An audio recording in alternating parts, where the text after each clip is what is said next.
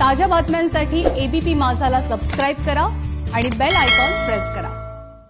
ST कर्मचाऱ्यांसाठी काही हजार कोटींचं पॅकेज मिळतं तर वाढीव वीज बिलाच्या सवलतीसाठी का नाही असा सवाल काँग्रेसच्या विजय वडेट्टीवार यांनी विचारला आणि त्यामुळे महाविकास आघाडीमध्ये धुसफूस सुरू असल्याची चर्चा सुरू झाली। मात्र निधी वाटपाबाबत चर्चा करून मार्ग काढता येतो अशी प्रतिक्रिया शिवसेनेचे नेते आणि परिवहन मंत्री अनिल परब यांनी दिली आहे।